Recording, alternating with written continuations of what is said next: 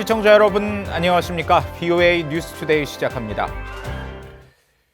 미 국무부는 폼페오 장관에 대한 북한 리용호 외무상의 비난 담화에 대해 미국은 협상 재개 준비가 돼 있다는 입장을 밝혔습니다. 사실상 리 외무상의 발언을 일축하며 조속한 협상 복귀를 거듭 촉구한 건데 비핵화 실패 시 북한의 역사상 가장 강력한 제재를 유지할 것이라는 폼페오 장관의 최근 발언도 거듭 상기시켰습니다. 이조은 기자가 보도합니다. 미 국무부는 미국을 비난하면서 마이크 폼페오 국무장관을 모욕적 언사로 비난한 북한 리용호 외무상의 담화와 관련한 입장을 묻는 VOE의 질문에 북한과의 협상 재개 의지로 답했습니다. 며칠 전 스티븐 비건 대북 특별대표가 밝혔듯이 미국은 북한에서 연락이 오는 대로 협상을 재개할 준비가 돼 있다는 입장입니다. 북한 리 외무상의 담화를 사실상 일축하며 한국에서 비건 대표가 밝힌 입장을 재확인한 겁니다.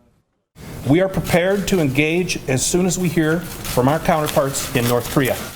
앞서 리 외무상은 담화를 통해 미국이 대결적 자세를 벌이지 않고 제재 따위를 가지고 우리와 맞서려고 한다면 오산이라며 우리는 대화에도 대결에도 다 준비가 돼 있다고 밝혔습니다. 그러면서 폼페오 장관은 미북 협상을 방해만 하는 회방꾼이라며 노골적으로 비난했습니다. 국무부 대변인실 관계자는 이어 비핵화에 실패할 경우 미국은 북한의 역사상 가장 강력한 제재를 유지할 것이라는 입장도 변하지 않았다고 밝혔습니다. 리 외무상이 폼페오 장관의 최근 미 언론 인터뷰를 거론하며 폼페오 장관의 강력한 제재 발언을 비난한 것도 일축한 겁니다. 리 외무상은 담화를 통해 폼페오 장관이 사실을 오도하며 제재 타령을 또다시 늘어놓는 걸 보면 확실히 그는 이성적인 사고와 합리적인 판단이 결여돼 있다고 비난했습니다. 북한이 미 고위 당국자들의 발언에 대해 비난한 건 처음이 아닙니다. 약속했던 실무 협상 재개를 계속 미루면서 나온 북한의 이번 비난 담화가 어떤 의도인지 주목됩니다. VOA 뉴스 이조은입니다.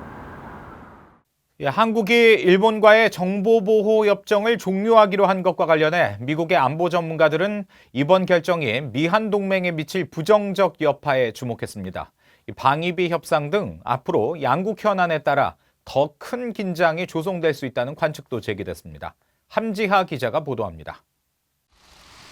미국의 전문가들은 한국 정부의 이번 결정이 미한 동맹을 약화시키는 시발점이 될 수 있다며 우려했습니다. 데이비드 맥스웰 민주주의 수호재단 선임연구원은 한국이 국가안보보다 국내 정치 문제에 더 많은 관심을 준다는 인상을 미국에 심어줄 수 있다며 힘들더라도 이번 결정을 재고해야 한다고 주장했습니다. That is going to give some people in the United States the idea that perhaps South Korea should not be supported by the United States if South Korea is unwilling to make the tough decisions in its own national security interest. 특히 이번 결정이 미국의 한국 방위비 분담금 인상 문제와 결부된다면 동맹 관계에 더 큰 긴장 상태를 불러올 수 있다는 점도 우려했습니다. 미국이 원하는 결과를 얻지 못한다면 이번 한국 결정과 더불어 한국에 대한 방위력 제공에 대해 필요성을 느끼지 못할 수 있다는 겁니다. 미국이 크게 실망한 건 한국이 안보 문제를 심각하게 인식하지 않는다는 걸 보여줬기 때문이란 지적도 나왔습니다. This is not about we're angry at South Korea. This is about, okay, so if you're going to cut out a viable part of your defense posture, what are you going to do now? 레리 닉시 한미연구소 연구원은 위안부 합의 파기를 포함한 일본에 대한 한국의 조치들은 궁극적으로는 미국 이익에도 관련된 것들이라며 문재인 한국 대통령이 어떤 값을 어떻게 치를지 주목된다고 밝혔습니다. So, what kind of price is South Korea going to pay? What kind of price might President Trump extract from South Korea? 켄 고스 미 해군 분석센터 국제관계국장은 보수적 지도자가 이끄는 미국과 일본이 더 가까워질 것으로 예상된다고 말했습니다. 그러면서 미국과 일본 두 나라가 한국과의 관계 개선을 시도할지 한국을 배제한 채 움직일지는 더 지켜봐야 한다고 말했습니다. VOA 뉴스 함지아입니다. 북한은 유엔 안보리 결의들을 위반하고 탄도미사일 능력을 활발하게 보강하고 있다고 유엔 고위관리가 밝혔습니다. 나카미츠 이즈미 유엔 군축대표는 22일 뉴욕 유엔 본부에서 열린 미사일 관련 안보리 회의에서 점점 더 많은 국가들이 탄도미사일 능력을 확보하고 계속 개발하고 있다고 지적하며 이같이 밝혔습니다. 그러면서 안보리는 북한의 관련 활동을 적극적으로 주시하고 있다고 강조했습니다. 이즈미 군축 대표는 또 미사일은 동북아를 비롯해 남아시아와 중동, 유럽에서의 위험과 불안정을 가중시키고 있다고 말했습니다. 유엔이 지난 1년 동안 북한의 42건의 강제 실종 사건에 대한 정보 제공을 요청했습니다. 유엔은 북한을 방문해 현장 조사를 할 수 있도록 북한에 다시 요청했다고 밝혔는데요. 이현철 기자가 전해드립니다. 유엔 산하 강제 실종 실무그룹은 유엔 인권이사회에 제출한 보고서에서 지난 한 해 동안 북한에 정보 제공을 요청한 강제 실종 사건이 42건이라고 밝혔습니다. 또 1980년 실무그룹 출범 이후 지금까지 모두 275건에 대한 정보 제공을 북한에 요청했다면서 이 가운데 여성 관련 사건은 42건이라고 덧붙였습니다. 지난 한 해 요청한 강제 실종 사건들의 구체적인 내용은 밝히지 않았습니다. 하지만 앞선 보고서들에 따르면 1960년대와 70년대 북한에 끌려간 어민들이 17명으로 가장 많았습니다. 또 한국전쟁 초기 북한에 끌려간 16명과 북한 주민 3명, 중국에서 강제 복송된 탈북민 2명 등이 뒤를 이었습니다. 대북 인권단체인 전환기정의 워킹그룹의 이영환 대표는 한국 국민들뿐 아니라 북한 주민들도 북한에 의한 강제 실종에 희생되고 있다고 말했습니다. 북한 정권이 자국민들을 상대로 일상적으로 강제 실종을 자행하고 있다는 겁니다. 어느 날 밤에 갑자기 북한 보위부 또는 안전부 사람들이 와서 한 집을 덮쳐서 강제로 끌고 갔다. 그런 경우도 모두 강제 실종 납치 문제에 해당이 되는 문제들입니다. 북한은 실무그룹에 협조하지 않고 있습니다. 한국에서 처음으로 실무그룹에 진정서를 제출했던 1969년 칼기 납치 피해자 가족회 황인철 대표는 북한이 무성의한 답변을 보내왔다고 말했습니다. 2012년도에 북한의 답변을 받았습니다. 강제 실종에 해당되지 않는다. WGEIDA 스타를 인도주의적 상황이 아니다. 북한의 적대 세력에 의한 대결 책동의 산물이다라고 하는 답변을 주었습니다.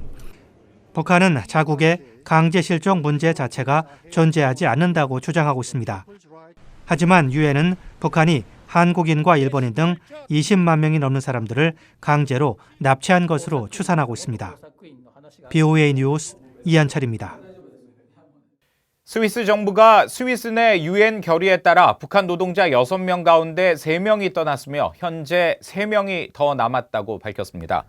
스위스는 지난 15일 유엔 안보리 대북제재위원회에 제출해 최근 공개된 대북결의 2397호 중간 이행 보고서를 통해 노동 허가증과 비자, 영주권 등을 검토한 결과 결의 23975 채택 시점 스위스에서 임금을 받고 관련 조항에 영향을 받는 북한 국적자는 6명이었다고 설명했습니다. 그러면서 23975 채택 후 12개월 동안 이 가운데 절반에 해당하는 3명의 북한 국적자가 스위스를 떠났다고 확인했습니다. 스위스는 이행 보고서에서 이 조항에 대한 최종 보고서를 제출할 것이라며 17185를 비롯한 이후 결의에 포함된 약속들도 엄격히 이행할 것이라고 강조했습니다. 미국 법원이 지난달 말 대북제재 위반 혐의 조사에 비협조적인 중국 은행들 3곳에 매일 5만 달러의 벌금을 확정 판결한 것은 중국은 물론 다른 나라에 있는 은행 계좌를 미 정부가 조사할 수 있는 강력한 전례를 만들었다는 분석이 나왔습니다. 워싱턴 법률 회사인 폴 와이스 측은 미 컬럼비아 법대 저널 블루스카이에 기고한 글에서 법원의 이 같은 결정은 미국 내 계좌를 통하지 않은 해외 자금 거래 기록에 대해서도 미국 정부가 조사할 수 있도록 권한을 확장시켰다고 평가했습니다. 또 자금 세탁이나 자산 몰수와 관련해 워싱턴 DC 항소법원에서 전례를 세운 효과가 있다며 다른 지역의 지방법원과 항소법원의 판결에도 영향을 미칠 것으로 전망했습니다. 북한의 부유층이 늘고 식사량이 개선되면서 평양을 중심으로 성인 당뇨병 환자가 늘고 있다는 조사 결과가 나왔습니다. 국제당뇨연맹이 최근 발표한 보고서에 따르면 지난 2015년 북한에서 20세 이상 성인 당뇨 발생률은 4.4%였지만 2017년에는 4.7%로 늘어 약 84만 2천 명의 당뇨 환자가 있는 것으로 나타났습니다. 특히 경제적 여유가 더 있는 평양 등 도시 인구의 당뇨병 발생률이 74%를 기록해 27%를 보인 농촌보다 발생률이 훨씬 높고 평양은 20세 이상 성인 중 당뇨병 환자가 9%에 달하는 것으로 나타났습니다. 재미 한인의사협회의 박기범 북한 담당 국장은 23일 VOA에 평양 시민들이 특권이 있다는 것은 잘 알려진 사실로 식량과 다른 것들에 대한 접근이 지방보다 훨씬 낮기 때문에 당뇨병 환자도 더 많다고 설명했습니다. 이상으로 VOA 뉴스투데이 마칩니다. 함께해 주신 여러분 고맙습니다.